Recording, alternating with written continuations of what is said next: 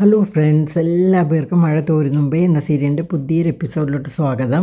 അപ്പോൾ ഇന്നത്തെ എപ്പിസോഡ് തുടങ്ങുന്നത് ബാലചന്ദ്രൻ അലീനയും ഒരു വൈജയന്തിയായിട്ട് ഒരു ചെറിയ പ്രശ്നം നടന്നുകൊണ്ടിരിക്കുകയാണ്. അപ്പോൾ ബാലചന്ദ്രൻ അലീനയാണ് വിളിച്ചത്, പക്ഷേ വന്നത് വൈജയന്തിയാണ്. അപ്പോൾ ബാലചന്ദ്രൻ പറയണം എനിക്കൊരു കുക്കുംബർ സലാഡ് വേണമെന്ന്. അപ്പോൾ വൈജയന്തി പറയും ഞാൻ ഉണ്ടാക്കിക്കൊണ്ട് വരാമെന്ന്. അപ്പോൾ നിൻ്റെ ഒരു കുക്കുംബർ സലാഡ് എനിക്ക് വേണ്ടാന്ന് കർശനമായിട്ട് തന്നെ ബാലചന്ദ്രൻ പറയുകയാണ്. അതാ നീ ഉണ്ടാക്കിക്കൊണ്ട് വന്നാൽ ആ പ്ലേറ്റ് എടുത്ത് നിൻ്റെ മോന്ത് അടിച്ച് പരത്തുമെന്നൊക്കെ പറയുകയാണ്. അപ്പോൾ ഇതൊക്കെ കേട്ടിട്ട് വളരെയധികം വിഷമത്തിൽ വൈജയന്തി നിൽക്കുകയാണ്. കാരണം അലീനയെ മുമ്പിൽ വെച്ചാണല്ലോ ഇതൊക്കെ പറയുന്നത്. അങ്ങനെ വിഷമിച്ച് വൈജയന്തി താഴോട്ട് ഇറങ്ങി പോവുകയാണ്. അപ്പോൾ അലീന ചോദിക്കുകയാണ്, സാർ എന്തിനാണ് ഇങ്ങനെ മാഡത്തിനോട് ദേഷ്യപ്പെടുന്നത് എന്നുള്ള രീതിയിൽ സംസാരിക്കുകയാണ്. അപ്പോൾ എനിക്കിപ്പോൾ ഒന്നും സംസാരിക്കാൻ താല്പര്യമില്ല, നീ ഇറങ്ങി പോകുമെന്ന് പറയും. ദേഷ്യപ്പെട്ടിട്ട് കതവ് പിടിച്ച് അടയ്ക്കുകയാണ്. അപ്പോൾ അലീനയും വിഷമിച്ച് അങ്ങനെ നിൽക്കുകയാണ്. അതൊക്കെ കഴിഞ്ഞിട്ട് അലീന വളരെ വിഷമത്തിൽ റൂമിൻ്റെ അകത്ത് വന്ന് ബാഗിൽ എല്ലായിടും ഇങ്ങനെ പരവിക്കൊണ്ടിരിക്കുകയാണ്. അപ്പോൾ മുത്തശ്ശി ചോദിക്കുകയാണ്, നീ എന്താണ് ഇങ്ങനെ തേടിക്കൊണ്ടിരിക്കുന്നത്, എന്തെങ്കിലും കാണാനുണ്ടോ എന്ന് ചോദിക്കുകയാണ്. എനിക്ക് റൂമിലോട്ട് വന്ന് കയറിയ ശേഷം എന്താണെന്ന് ഓർമ്മയില്ല, എനിക്ക് തല മൊത്തം ടെൻഷൻ പിടിച്ചിരിക്കുകയാണ്. അപ്പോൾ നിനക്ക് എന്തായിട്ട് ഇത്ര ടെൻഷൻ, നിനക്ക് കുട്ടിയും ഭർത്താവൊക്കെ ഉണ്ടോ ഈ ടെൻഷൻ അടിക്കാനെന്നൊക്കെ ചോദിക്കുകയാണ്. അതല്ല മുത്തശ്ശി, എനിക്ക് അതിൻ്റെ അപ്പുറം ടെൻഷനാണ് ഞാൻ ഇവിടെ അനുഭവിച്ചുകൊണ്ടിരിക്കുന്നത്. കൃഷ്ണമോൾ വരെ ഇപ്പോൾ എനിക്കെതിരെ തിരിഞ്ഞിരിക്കുന്നതാണ്. എന്ത് സ്നേഹമായിരുന്നു ആ കുട്ടിക്ക് എന്നോട്. ഇപ്പോൾ എല്ലാവരും ഒരു സെറ്റായി, ഞാൻ മാത്രം ഒറ്റപ്പെട്ടിരിക്കുകയാണ്. അവരെല്ലാവരും കൂടി ഒരുമിച്ചിരുന്ന് പല ഗൂഢാലോചനകളാണ്, ഞാൻ മാത്രം ഇങ്ങനെ ഒറ്റപ്പെട്ട് നിൽക്കുകയാണ്. എനിക്കിതൊന്നും സഹിക്കാൻ പറ്റുന്നില്ല മുത്തശ്ശി, ഈ വീട്ടിൽ എന്തൊക്കെയാണ് നടക്കുന്നത് എന്നൊക്കെ അലീന ചോദിക്കുക. ബാലചന്ദ്ര സാറിന് ഇത്രമാത്രം ദേഷ്യം വരാനായിട്ട് എന്തോ പ്രശ്നം വൈജയന്തി മാഡത്തിലുണ്ട്, അതെനിക്ക് ഉറപ്പാണ്. അന്ന് ഗംഗാധര അങ്കിൾ വന്നപ്പോഴും അതാണ് പറഞ്ഞത്. ഒരിക്കലും ബാലചന്ദ്ര സാറിനെ കുറ്റപ്പെടുത്തിയിട്ടില്ല, എല്ലാ കുറ്റപ്പെടുത്തലും വൈജയന്തി മാഡത്തിനെതിരായിരുന്നു. മാത്രമല്ല മക്കളും ഞാനും ഒക്കെ നിൽക്കുകയാണ് ഗംഗാധര അങ്കിൾ പറഞ്ഞത്, നീ വിവാഹത്തിന് മുമ്പ് അഴിഞ്ഞാടി ജീവിതമാണ്, നിൻ്റെ ആ കാലത്തെ ജീവിത ചരിത്രം എന്നെക്കൊണ്ട് പറയിപ്പിക്കില്ലെന്ന് പറഞ്ഞു. അടിയും കൊടുക്കുകയും ചെയ്തു. പക്ഷേ മാഡം ഒന്നുപോലും എതിർത്ത് പറഞ്ഞില്ല. അതിൻ്റെ അർത്ഥം എന്താ, മാഡം തെറ്റ് ചെയ്തെന്നല്ലേ? പിന്നെ മുത്തശ്ശിക്കും കാര്യങ്ങളൊക്കെ അറിയാമായിരിക്കുമല്ലോ, മുത്തശ്ശി എല്ലാം മകളുടെ ഭാവി ഓർത്ത് ഉള്ളിൽ ഒതുക്കി വെച്ചൊക്കെയായിരിക്കും. ഇതൊക്കെ ഇനി ബാലചന്ദ്രൻ സാർ അറിഞ്ഞു എന്ന് എങ്ങനെ അറിയാമെന്നൊക്കെ അലീന ചോദിക്കുകയാണ്. അപ്പോൾ മുത്തശ്ശി പറയണം, നിനക്ക് ബാലചന്ദ്രനോടൊന്ന് സംസാരിച്ചൂടെ, അവൻ്റെ മനസ്സൊന്ന് ശാന്തമാക്കിക്കൂടെ എന്നൊക്കെ ചോദിക്കുകയാണ്. ഞാൻ സംസാരിക്കാൻ ചെല്ലുമ്പോൾ ചില സമയം നല്ല സ്നേഹമായിരിക്കും, ചില സമയം എന്നോട് വളരെയധികം ദേഷ്യത്തിലാണ് പെരുമാറുന്നത്. പിന്നെ അങ്ങനെയുള്ള ഒരാളോട് ഞാൻ എങ്ങനെയാണ് സംസാരിക്കുന്നതെന്ന് അലീന ചോദിക്കുകയാണ്. എന്തായാലും ഈ കുടുംബം തകർന്ന് കിടക്കുകയാണ്, ഇനി എനിക്കറിയില്ല ഇനി എന്തൊക്കെയാണ് സംഭവിക്കാൻ പോകുന്നതെന്നുള്ളത്.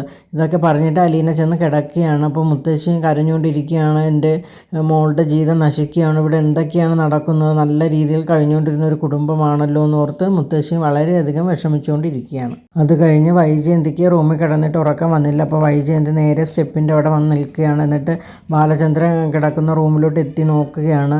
എന്നിട്ട് അത് കഴിഞ്ഞ് സ്റ്റെപ്പ് കയറി പോവുകയാണ്. അപ്പോൾ കുറച്ച് ദൂരം എത്തിയപ്പോൾ വൈജയന്തി നിൽക്കുകയാണ്. ഇനി ഞാൻ കയറി പോയാൽ എന്തെങ്കിലും പ്രശ്നം ഉണ്ടാകുമോ, അപ്പോൾ ഈ രാത്രി ഇനി ഞാനായിട്ട് പ്രശ്നം ഉണ്ടാക്കണ്ട എന്ന് കരുതി അവിടെ ആ സ്റ്റെപ്പിൽ തന്നെ ഇങ്ങനെ ഇരിക്കുകയാണ്. കുറേ നേരം വളരെയധികം വിഷമിച്ചിരിക്കുകയാണ്. അപ്പോൾ ബാലചന്ദ്രൻ എന്താണ് എന്നോട് ഇങ്ങനെയൊക്കെ കാണിക്കുന്നത്, എനിക്കൊരു ഐഡിയയും ഇല്ല, ഞാൻ ഒരു തെറ്റും ചെയ്തിട്ടില്ലല്ലോ അദ്ദേഹത്തിനോട്, പിന്നെ എന്തിനാണ് എന്നോട് ഈ ദേഷ്യം എന്നൊക്കെ ഉള്ള ഭാവത്തിൽ വൈജയന്തി വളരെയധികം വിഷമിച്ചിരിക്കുകയാണ്. ഈ സമയം ബാലചന്ദ്രനും ഉറങ്ങാതിരിക്കുകയാണ്. അപ്പോൾ രേവതിക്കുട്ടി അയച്ച ഫോൺ സംഭാഷണങ്ങൾ, അതായത് തൻ്റെ അമ്മയാണ് വൈജയന്തി എന്നുള്ള കാര്യങ്ങളൊക്കെ ബാലചന്ദ്രൻ ഇങ്ങനെ കേട്ടുകൊണ്ടിരിക്കുകയാണ്. എന്നിട്ട് ബാലചന്ദ്രൻ വളരെയധികം ദേഷ്യം വന്നിരിക്കുകയാണ്. അപ്പോൾ എന്നിട്ട് ഫോൺ കട്ട് ചെയ്തിട്ട് നേരെ ഷെൽഫ് തുറന്ന് ഗണ്ണെടുക്കുകയാണ്. എന്നിട്ട് ആ ഗണ്ണെടുത്ത് വെച്ചിട്ട് ഇങ്ങനെ ഇരിക്കുന്ന സമയത്ത് ഗോവർദ്ധൻ വിളിക്കുകയാണ്. അപ്പോൾ സാർ, ഞാൻ ബിസിനസ്സിൻ്റെ ഒരു ആവശ്യത്തിന് വേണ്ടി വിളിച്ചതാണ്, നാളെ തന്നെ പർച്ചേസിങ്ങിന് പോകണമെന്നൊക്കെ പറയുകയാണ്. അപ്പോൾ ബാലചന്ദ്രൻ വളരെയധികം ദേഷ്യപ്പെടും, എന്തോ ബിസിനസ്, എനിക്കൊരു ബിസിനസ്സും വേണ്ട, അപ്പോൾ നീ ഒരാഴ്ചത്തേക്ക് 3 കടകൾ അടച്ചിട്ടയ്ക്കാനായിട്ട് പറയുകയാണ്. അപ്പോൾ ഗോവർദ്ധൻ കാര്യം മനസ്സിലായി, ബാലേട്ടൻ വളരെ ടെൻഷനിലാണെന്ന്. അപ്പോൾ ബാലേട്ടൻ ഞാൻ കുറച്ച് കഴിഞ്ഞ് വിളിക്കാം, ബാലേട്ടൻ ടെൻഷനൊക്കെ ഒന്ന് മാറട്ടെ, നാളെ വിളിക്കാമെന്ന് പറഞ്ഞിട്ട് ഫോൺ കട്ട് ചെയ്യുകയാണ്. അത് കഴിഞ്ഞ് മനുവിനെയാണ് കാണിക്കുന്നത്. അപ്പോൾ മനു ഫോൺ എടുത്ത് തൻ്റെ ഫ്രണ്ടിനെ വിളിക്കുകയാണ്. അപ്പോൾ ഞാൻ ഒരു ഹോം നേഴ്സിൻ്റെ കാര്യം പറഞ്ഞില്ലായിരുന്നു, നീ അത് അന്വേഷിച്ചായിരുന്നു എന്ന് ചോദിക്കുകയാണ്. അപ്പോൾ ഫ്രണ്ട് പറയണേ, എൻ്റെ ചേച്ചി വർക്ക് ചെയ്യുന്ന ഹോസ്പിറ്റലിലല്ലേ ഒരു നേഴ്സിൻ്റെ അസിസ്റ്റൻറ്റ് വേണമെന്ന് പറഞ്ഞായിരുന്നു, ഞാൻ പിന്നെ അതിനെപ്പറ്റിയും തിരക്കിയില്ല എന്നൊക്കെ പറയുകയാണ്. ആർക്ക് വേണ്ടിയിട്ടാണെന്ന് ഫ്രണ്ട് ചോദിക്കുകയാണ്. അപ്പോൾ ഞാൻ പറഞ്ഞില്ലേ, എൻ്റെ ആൻറ്റിയുടെ വീട്ടിൽ നിൽക്കുന്ന ഹോം നേഴ്സില്ല, അവൾക്ക് വേണ്ടിയാണ്. ഓ, ആ സുന്ദരി പെൺകുട്ടിയല്ലേ, അപ്പോൾ നീ ഒരു കാര്യം ചെയ്യും, നീ ഹോം നേഴ്സിൻ്റെ പണിക്കൊക്കെ ആ കുട്ടി വിടണോ, നിനക്ക് അവളെ രക്ഷിക്കാനുണ്ടെങ്കിൽ നീ ഒരു കാര്യം ചെയ്യുമെന്ന് പറയുകയാണ്. ഞാൻ എന്ത് ചെയ്യാനാണ് എന്ന് മനു ചോദിക്കുകയാണ്. നീ ആ പെണ്ണിനെ കെട്ടി അവൾക്കൊരു ജീവിതം കൊടുക്കും, അപ്പോൾ അവളുടെ ജീവിതം എന്നേക്കായിട്ട് സുരക്ഷിതമാവുമെന്ന് പറയുകയാണ്. അപ്പോൾ നീ ഒന്ന് പോടാന്ന് പറഞ്ഞിട്ട് മനു ഫോൺ കട്ട് ചെയ്യുകയാണ്. അത് കഴിഞ്ഞ് അലീനയുടെ ഓർമ്മകളിലോട്ട് മുഴുകി ഇങ്ങനെയും മനു ഇരിക്കുകയാണ്. അപ്പോൾ അതെല്ലാം കഴിഞ്ഞിട്ട് പിന്നീട് കാണിക്കുന്നത്, അത് കഴിഞ്ഞ് ഗ്രേസി ആൻറ്റി മാമച്ചനങ്ങൻ്റെ വീടാണ് കാണിക്കുന്നത്. അപ്പോൾ അവർ തമ്മിൽ സംസാരിച്ചുകൊണ്ടിരിക്കുകയാണ്. അപ്പോൾ നമ്മുടെ ജോമോൻ്റെ കുഞ്ഞായിരിക്കുമോ ഷെറിൻ പ്രസവിച്ചത്? അപ്പോൾ രേവതിക്കുട്ടി അതിനെ പറ്റിയൊക്കെ അന്വേഷിച്ചിട്ട് പറയാമെന്നല്ലേ പറഞ്ഞത്. അവളിനി ആൻസിയെ വിളിച്ചു കാണുമോ എന്നുള്ള രീതിയിലൊക്കെ അവർ സംസാരിച്ചുകൊണ്ടിരിക്കുകയാണ്. അപ്പോൾ ആ സമയം രേവതി ചായയായിട്ട് വരികയാണ്. അപ്പോൾ 3 പേരും കൂടി ചായയായിട്ട് കുടിച്ചുകൊണ്ടിരിക്കുകയാണ്. അപ്പോൾ അതിനിടെ കാര്യങ്ങളൊക്കെ രേവതി പറയുകയാണ്.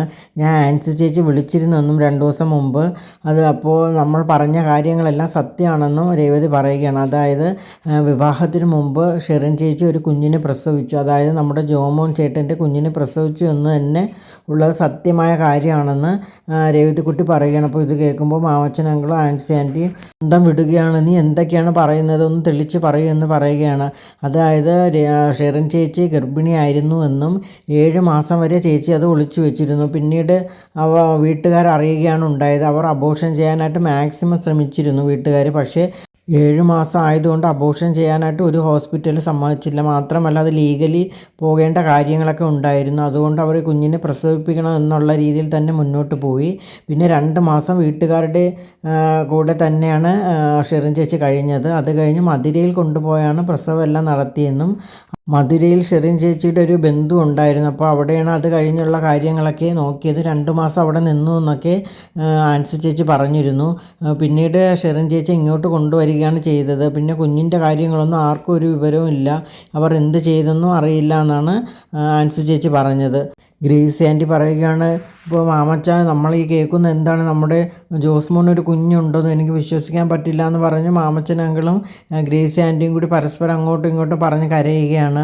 അപ്പോൾ രേവതിക്ക് അത് കണ്ടിട്ട് സഹിക്കാൻ പറ്റിയില്ല. അപ്പോൾ രേവതിക്കുട്ടി പറയുകയാണ്, നിങ്ങൾ സമാധാനമായിട്ടിരിക്കുക, ഇപ്പോൾ ഞാൻ ആൻസി ചേച്ചിയോട് നമ്മളെ ഷെറിൻ ചേച്ചിയുടെ ഹസ്ബൻഡ് നമ്പർ ചോദിച്ചിട്ടുണ്ട്, അപ്പോൾ ആ ചേട്ടനെ വിളിച്ചാൽ കൂടുതൽ കാര്യങ്ങളൊക്കെ അറിയാമെന്ന് രേവതിക്കുട്ടി പറയുകയാണ്. അപ്പോൾ നീ പെട്ടെന്ന് തന്നെ അതിനുള്ള കാര്യങ്ങൾ നോക്കുമോളെ എന്നൊക്കെ പറയുകയാണ്. നമുക്ക് കൊട്ടാരം വീട് വരെ ഒന്ന് പോയി നോക്കിയാലോ, നമ്മുടെ മോൻ്റെ കുഞ്ഞിനെ നമുക്ക് തന്നെ വാങ്ങിക്കാം എന്നുള്ള രീതിയിലൊക്കെ ഗ്രേസി ആൻറ്റിയും മാമച്ചൻ അങ്കിളുമായിട്ടൊക്കെ സംസാരിച്ചുകൊണ്ടിരിക്കുകയാണ്. അപ്പോൾ ഇപ്പോൾ തൽക്കാലം വേണ്ടെന്നും ഞാൻ ആദ്യം ഷെറിൻ ചേച്ചിയുടെ ഹസ്ബൻഡിനെ ഒന്ന് വിളിച്ച് കാര്യങ്ങളൊക്കെ സംസാരിക്കട്ടെ എന്നും രേവതിക്കുട്ടി പറയുകയാണ്. അത് കഴിഞ്ഞ് ബാലചന്ദ്രൻ രാവിലെ ബ്രേക്ക്ഫാസ്റ്റ് കഴിച്ചുകൊണ്ടിരിക്കുകയാണ്. അപ്പോൾ അലീന വന്നിട്ട് പറയുകയാണ്, ഇന്ന് മുഴുവൻ ബ്രേക്ക്ഫാസ്റ്റും കഴിച്ചല്ലോ, അപ്പോൾ എനിക്ക് ഇന്ന് നല്ല വിശപ്പുണ്ടായിരുന്നു എന്ന് പറയുകയാണ്. എന്നിട്ട് ബാലചന്ദ്രൻ വാഷ്റൂമിൽ പോയി കൈയെല്ലാം കഴുകിയിട്ട് വരികയാണ്. അപ്പോൾ അലീന കഴിക്കാനുള്ള ഗുളിയായിട്ട് എടുത്ത് കൊണ്ടുവരികയാണ്. അപ്പോൾ ഇതെന്താ ഇന്ന് ഇത്ര വെപ്രാളം, എനിക്ക് അവിടെ താഴെ ഒരുപാട് ജോലിയുണ്ട് സാറേ എന്ന് അലീന പറയുകയാണ്. അപ്പോൾ നീ ഇവിടെ കുറച്ച് നേരം നിൽക്ക്, എൻ്റെ സ്നേഹനികേതനിലോട്ട് നമുക്കൊന്ന് പോയാലോ. അപ്പോൾ ഇപ്പോഴോ? അയ്യോ, ഞാൻ കാറ് പിടിച്ച് പോണ കാര്യമല്ല, നിൻ്റെ അവിടുത്തെ കാര്യങ്ങളൊക്കെ അറിയാൻ വേണ്ടിയിട്ടാണ് ഞാൻ ഇവിടെ ഇങ്ങനെ നീ പറയുന്നതൊക്കെ കേട്ടുകൊണ്ടിരിക്കുക, നീ കാര്യങ്ങളൊക്കെ പറയുമെന്ന് ബാലചന്ദ്രൻ പറയുകയാണ്. അപ്പോൾ എന്നിട്ട് അലീന അവിടെ ഇരിക്കുകയാണ്. അപ്പോൾ സാറിന് എന്താണ് അറിയേണ്ടതെന്ന് ചോദിക്കുകയാണ്. അപ്പോൾ ഈ ബ്രജിത മമ്മി ഇവിടുത്തെ വൈജയുടെ അച്ഛനുമായിട്ട് എന്താണ് ബന്ധമെന്ന് ചോദിക്കണം. അപ്പോൾ ഇത് കേൾക്കുന്നതും അലീന ഒന്ന് അന്തം വിടുകയാണ്, കാരണം തൻ്റെ മുത്തശ്ശനാണല്ലോ. അപ്പോൾ അതോടുകൂടി ഇന്നത്തെ എപ്പിസോഡ് ഇവിടെ അവസാനിക്കുകയാണ്. അപ്പോൾ നിങ്ങൾക്ക് എൻ്റെ വീഡിയോസൊക്കെ ഇഷ്ടമാണെങ്കിൽ എൻ്റെ ചാനൽ ഒന്ന് സബ്സ്ക്രൈബ് ചെയ്യുക, അതോടൊപ്പം തന്നെ ലൈക്ക് ചെയ്യുക, ഷെയർ ചെയ്യുക, നിങ്ങളുടെ വിലയേറെ അഭിപ്രായങ്ങളൊക്കെ അറിയിക്കുക. താങ്ക്